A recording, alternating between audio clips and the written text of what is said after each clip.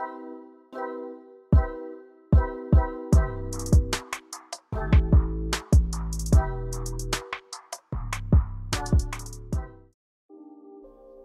Piastri kembali menunjukkan kematangannya di McLaren pada balapan kemarin. Piastri yang start dari pole position berhasil raih kemenangan yang keduanya di musim ini, sekaligus melanjutkan tren di musim ini, yaitu pembalap yang raih pole position akan meraih kemenangan juga. Kita lihat di Australia dengan Norris, sprint di China dengan Hamilton, balapan di China dengan Piastri, di Jepang dengan Verstappen, dan kali ini di Bahrain dengan Oscar Piastri. Pembalap asal Australia ini berhasil menang dengan jarak yang dominan, yaitu 15 detik di depan Russell yang kesulitan dengan masalah yang ada di mobilnya. Piastri berhasil memegang kendali balapan sejak lap pertama hingga akhir dan sangat mendominasi di akhir pekan ini. Di saat rekan setimnya tidak perform, Piastri dapat tampil mengesankan dan membantu McLaren raih dalam tanda kutip second home race mereka. Seperti yang dikatakan oleh Russell, McLaren akan terlihat performa aslinya dan lebih superior jika menghadapi trek dengan suhu yang panas dan degradasi ban yang tinggi. Kemarin terbukti, Piastri berhasil memanajemen balapannya dengan baik hingga akhir balapan. Memang spotlight jarang menyorot Piastri yang saat ini dapat kami katakan adalah calon juara dunia di musim ini karena performanya yang sudah cukup matang di mana ia baru memasuki musim ketiganya di F1 dan masih belum mencapai puncak performanya. Kemenangan kemarin sekaligus torehan pole position-nya juga menegaskan jika Piastri siap untuk menantang Norris dan merebut dalam tanda kutip first driver di McLaren. Sejauh ini, kami cukup impress dengan performa Piastri di 4 balapan awal ini. Sementara rekan setimnya, yaitu Lando Norris, harus puas dengan raih posisi ketiga setelah gagal menyalip Russell di lap terakhir kemarin. Norris yang start dari posisi ke-6 setelah kualifikasi buruknya, langsung berhasil naik ke posisi ketiga saat start kemarin, memanfaatkan run di outside-nya. Namun Norris lakukan blunder, yang mana ia memposisikan mobilnya di luar kotak grid yang disediakan, di mana hal tersebut terciduk oleh Verstappen yang sedang asik mengotak-ngatik setirnya. Spontan Verstappen langsung melaporkan hal ini ke radio dan Norris pun dihukum penalti 5 detik akibat false start yang juga memperkecil peluang ia untuk meraih kemenangan kemarin atau bahkan menyalip Russell. Saat berduel di trek, Norris lagi-lagi menurut kami dipaksa untuk menghindar oleh lawannya. Pertama oleh Leclerc di tikungan keempat yang dimana Norris harus back off untuk menghindari kontak dengan Leclerc. Lalu di lap terakhir dengan Russell di tikungan pertama. Permasalahan dari Norris adalah di saat Verstappen belepotan, ia gagal untuk memaksimalkan perolehan poin yang seharusnya ia dapat. Jika kualifikasinya bagus, maka kemungkinan ia dapat raih minimal posisi kedua atau bahkan dapat menantang Piastri di trek, di mana posisi kedua saja sudah mendapat ekstra 3 poin di klasemen pembalap bagi Norris. Hal kecil-kecil seperti ini yang harus dimaksimalkan oleh Norris jika ingin meraih gelar juara dunia di musim ini. Kita tahu Verstappen selalu ada di sana di mana McLaren alami week off atau tidak maksimal seperti di Jepang kemarin. Kita juga belum melihat potensi RB21 sepenuhnya. Jika upgrade di Imola nanti bekerja dan RB21 kembali kompetitif, maka akan berat bagi Norris untuk melawan Verstappen di mobil yang performanya setara karena faktor dari Verstappen itu sendiri. Maka dari itu, mumpung Verstappen lagi kesulitan di mobilnya, ambil poin sebanyak-banyaknya dan tinggal memanajemen poinnya saja, persis dengan apa yang dilakukan Verstappen tahun lalu dengan RB20. Kita bergeser ke Mercedes, yaitu Russell, yang lagi-lagi menjadi Mr. Konsistensi, yang dimana raih podium ketiganya di musim ini dari 4 balapan yang sudah berlangsung. Russell mampu raih runner-up di balapan kemarin dengan pace yang solid di stint pertama dan keduanya.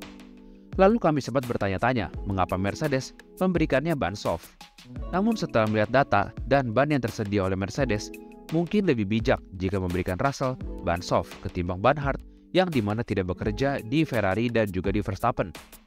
Soft pun cukup untuk melaju 24 lap, namun pemakaiannya harus lebih konservatif saja. Overall runner-up adalah hasil yang baik bagi Russell.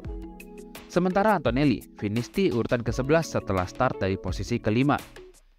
Singkatnya adalah Antonelli apes karena beberapa lap setelah ia pit stop, safety car muncul dan ia kembali pit untuk ganti ban baru yang dimana setelah itu ia terjebak di traffic dan di area strain yang membuatnya sulit untuk beranjak naik ke depan.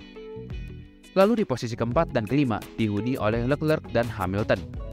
Start dengan medium adalah opsi terbaik yang dimiliki oleh Ferrari.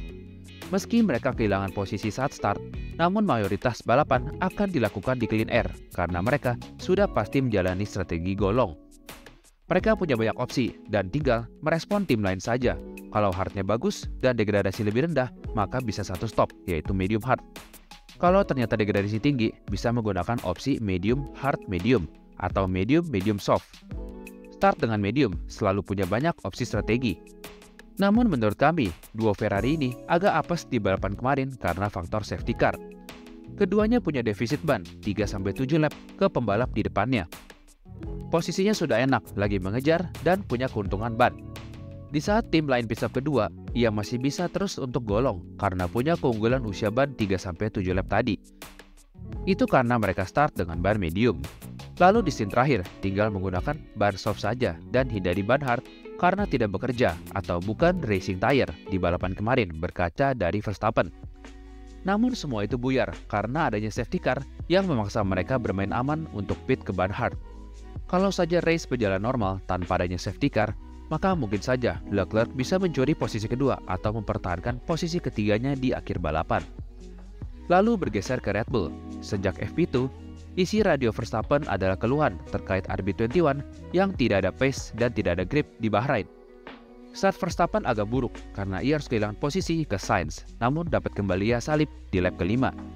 Dari situ sebenarnya race-nya cukup oke, hingga akhirnya semua berubah ketika slow stop pertamanya yang dimana membuat ia tertahan di belakang Ocon hingga beberapa lap dan tidak mampu menyalipnya. Ia juga mengeluhkan di radio yang mana semuanya overheat, bannya, remnya, hingga mesinnya karena terlalu lama di belakang Ocon. Sehingga beberapa kali terlihat ia agak menghindar dari slipstream Ocon untuk menurunkan temperaturnya. Lalu ketika ia berniat untuk undercut, malah keluar di posisi ke-20 karena slow stop hingga ia geleng-geleng di kokpit. Namun Dewi Fortuna masih menolong Verstappen dengan adanya safety car dan ia memilih untuk stay out dan mementingkan track position. Karena kalau saja ia pit lagi dan mengikuti seperti Antonelli, maka besar kemungkinan ia tidak akan meraih poin di balapan semalam karena terjebak di DRS train. Raihan posisi ke-6 adalah hasil terbaik yang bisa diraih oleh Verstappen dan damage limitation di weekend yang sangat buruk baginya. Banyak masalah pada RB21 di Bahrain, yaitu oversteer, understeer, rem yang tidak bekerja, tidak ada traksi, ban tidak bekerja maksimal, hingga ia harus short shift untuk mencegah adanya wheel spin saat keluar dari exit tikungan pertama. Sementara rekan setimnya, yaitu Tsunoda, berhasil melepaskan sedikit tekanan di pundaknya karena berhasil mencetak poin perdana bagi Red Bull di balapan keduanya. Finish di urutan ke-9 di balapan yang cukup chaos bagi Yuki cukup untuk menaikkan kepercayaan dirinya di RB21. Dan ia juga mengatakan cukup senang dengan raihan hasil ini dan ini bentuk perkembangannya di Red Bull. Lalu di posisi ke-7 ada Pierre Gasly yang sangat solid di balapan ini dan mampu membawanya meraih poin perdananya di balapan kali ini.